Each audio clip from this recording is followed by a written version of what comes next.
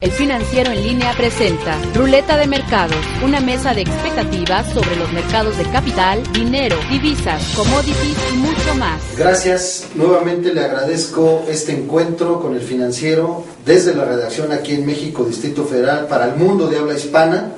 Usted nos puede localizar siempre en www.elfinanciero.com.mx para este análisis que hacemos aquí en Ruleta de Mercados sobre negocios, finanzas, economía. Estoy ahora con mi compañero Esteban Rojas para hacer los análisis del mercado bursátil. Esteban, a ver, ¿podrías darnos una explicación, explicarles a todos nuestros seguidores cómo se entiende el incremento que se está dando en muchos mercados bursátiles del mundo, sobre todo de países ricos, cuando su economía viene a la baja, y por el otro lado China, que tuvo un crecimiento exponencial, casi del doble de lo que han tenido los mercados emergentes como el nuestro, viene a la baja su mercado. Tanto el mercado de Shanghái como el mercado de Hong Kong han tenido estos desfases. ¿Cómo entender que crecen los mercados bursátiles pero no hay dinamismo económico, o al revés? Claro que sí, Gerardo. Mira, como tú bien señalas, en el arranque, digamos, del año, se han dado disparidades muy fuertes en el crecimiento de los mercados accionarios entre lo que pudiera ser el que han presentado las naciones más ricas, más poderosas, y las naciones denominadas emergentes. Para darnos una idea y podernos ubicar en este contexto, Gerardo, podemos ver que los principales mercados accionarios en Europa, hasta casi por terminar este mes de enero, llevan acumulado un rendimiento promedio de alrededor de un 7,5%, Gerardo, en términos de dólares, para poderlos hacer comparativos. E incluso aquí nos llega a llamar la atención que naciones que habían estado en el ojo del huracán de la crisis de deuda, como es el caso de España, llevan rendimientos en dólares de más de 11,50%. Y en tanto que también en Estados Unidos, aunque con un menor dinamismo, sus mercados en términos de dólares han crecido en este mes de enero alrededor de un 3,5%. Y esto contrasta con el desempeño que han tenido tanto las naciones asiáticas, las poderosas naciones asiáticas, considerando sus mercados accionarios, han tenido un declive de alrededor de 1,5% en términos de dólares. Lo mismo ha pasado con los principales mercados accionarios en América Latina, Gerardo. Y aquí, digamos, si esto no corresponde a la perspectiva de crecimiento económico, como tú bien lo señalabas. Para el 2011 las estimaciones apuntan que las economías avanzadas van a crecer alrededor del 2,5%, y las economías emergentes casi el triple de eso, 6,5% se está estimando que crezcan, digamos, sus economías.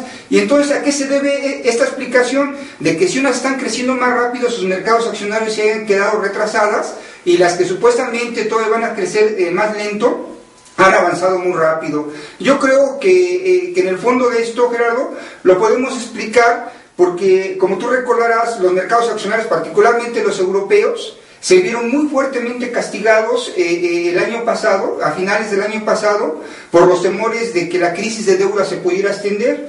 Entonces, al ver los mercados que las aguas se empiezan a tranquilizar, que a lo mejor, digamos, sin querer decir que ya se cerró el capítulo de la crisis, el tipo de problemas proveniente de la crisis de deuda puede dar una tregua, podemos encontrar precios muy castigados, Gerardo. Entonces, los cazadores de oportunidades se han abalanzado sobre esa situación y ya han empezado a comprar mucho más rápido, en tanto que para las naciones latinoamericanas estaban muy adelantados, Gerardo, y ahí han entrado dentro de un periodo de congestionamiento, dentro de un compás de espera. ¿Cómo le ha ido, por ejemplo, al mercado mexicano, digamos, en todo este contexto que manejas? En términos, digamos, de pesos, presentamos un rendimiento negativo en el presente año, un poquito más del 2%.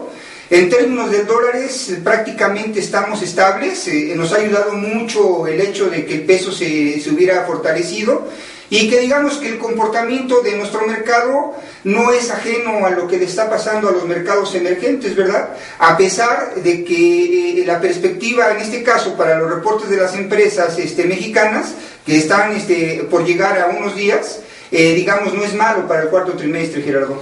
Por ejemplo, las empresas que cotizan en el mercado español, en el IBEX, ¿cómo están? ¿Cómo les está yendo? ¿Mejor allá que aquí? Digamos, no hay muchas diferencias, como tú sabes. Ahora los procesos de interrelación entre los mercados, el arbitraje que se pueda dar, tienden, digamos, a homogenizar, digamos, los precios. No es como antes, que los mercados estaban un poco más aislados y podías actuar en una cuestión de un arbitraje mucho más activo, Gerardo. En este caso, digamos, prácticamente los precios se han tendido a igualar, Gerardo. En el caso de la Bolsa Mexicana de Valores, ¿cuál ha sido el sector o los sectores que más han tenido rendimiento? Siguen siendo los que han apuntado sobre los commodities y sobre todo también en el arranque también de este año ha desempeñado un papel muy importante las empresas, las decisiones, los reacomodos corporativos que se han dado, en donde empresas, por ejemplo, que antes pertenecían al grupo Carso, tuvieron movimientos muy explosivos, en donde llegaron a acumular rendimientos de un 100% de una manera extraordinaria en unos pocos días. Ahora se han venido ajustando, pero han sido empresas sobre todo también todavía ubicadas en el sector de los commodities, Gerardo.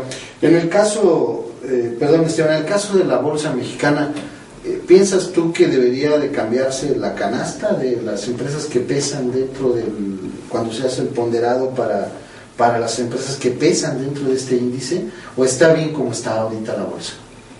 Por ahorita, Gerardo, digamos, dada la excesiva concentración que tenemos en las actividades económicas y que, digamos, la bolsa viene a ser como un reflejo también de las empresas, las pocas empresas que presentan, digamos, un dinamismo, el hecho de que el mercado interno todavía no responda a la velocidad, digamos, que se requiere y que no coticen mucho más empresas. El mercado accionario como está hoy prácticamente tiene muchos años que no crece. Sí ha habido nuevas cotizaciones, pero nos hemos quedado muy atrás de lo que ha sucedido, digamos, en otros países. No se diga en el caso de Brasil, que ellos lograron hacer una colocación muy exitosa en el ramo petrolero. Nosotros en ese sentido todavía estamos muy en pañales y no tenemos empresas insignia nuevas, sobre todo, Gerardo, no solamente decisiones que vengan a complementar el abanico de oportunidades dentro de la Bolsa Mexicana de Valores. Entonces, mientras que no suceda eso, Gerardo, se puede decir que el parámetro que hoy tenemos pues corresponde efectivamente al grado de concentración y a los pocos sectores que pudieran ser atractivos en un momento determinado, Gerardo. En el esquema ya global, los reportes de empresas del cuarto trimestre, algunos fueron buenos, otros fueron medianos, algunos reestructuraron deuda, otros fue porque vendieron pasivos, tuvieron más o menos un equilibrio. Pareciera que hubo buena oportunidad para las empresas en las bolsas al término del año 2010. Ya nos diste más o menos un balance, cómo sería el primer mes del año. Estamos terminando en enero. ¿Cuál es la perspectiva para el primer trimestre? Y digamos, si nos puedes dar un horizonte un poquito más de mediano plazo, más hacia mediados del año. Mira, Gerardo, digamos, un indicador importante ahorita que es las empresas que integran o que forman parte de uno de los índices más importantes, que es el Standard & Poor's 500, y que ya de hecho tienen varios días en donde las empresas han estado reportando.